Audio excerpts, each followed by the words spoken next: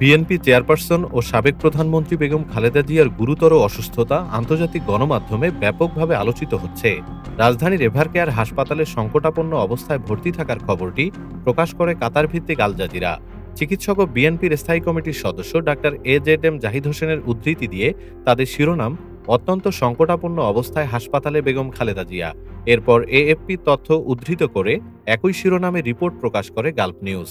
পাকিস্তানের ডন নিউজ, আরব নিউজ এবং ভারতের এনডিটিভি খালেদা জিয়ার শারীরিক অবস্থা নিয়ে একাধিক প্রতিবেদন প্রকাশ করেছে। এনডিটিভি তাদের রিপোর্টে উল্লেখ করেছে, বাংলাদেশের সাবেক প্রধানমন্ত্রী সংকটাপন্ন অবস্থায় হাসপাতালে।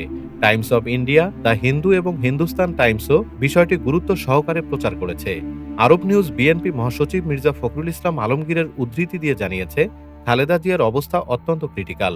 ডাক্তার জাহিদ হোসেন জানান, ৩ দিন ধরে তার শারীরিক অবস্থায় কোনো উন্নতি নেই।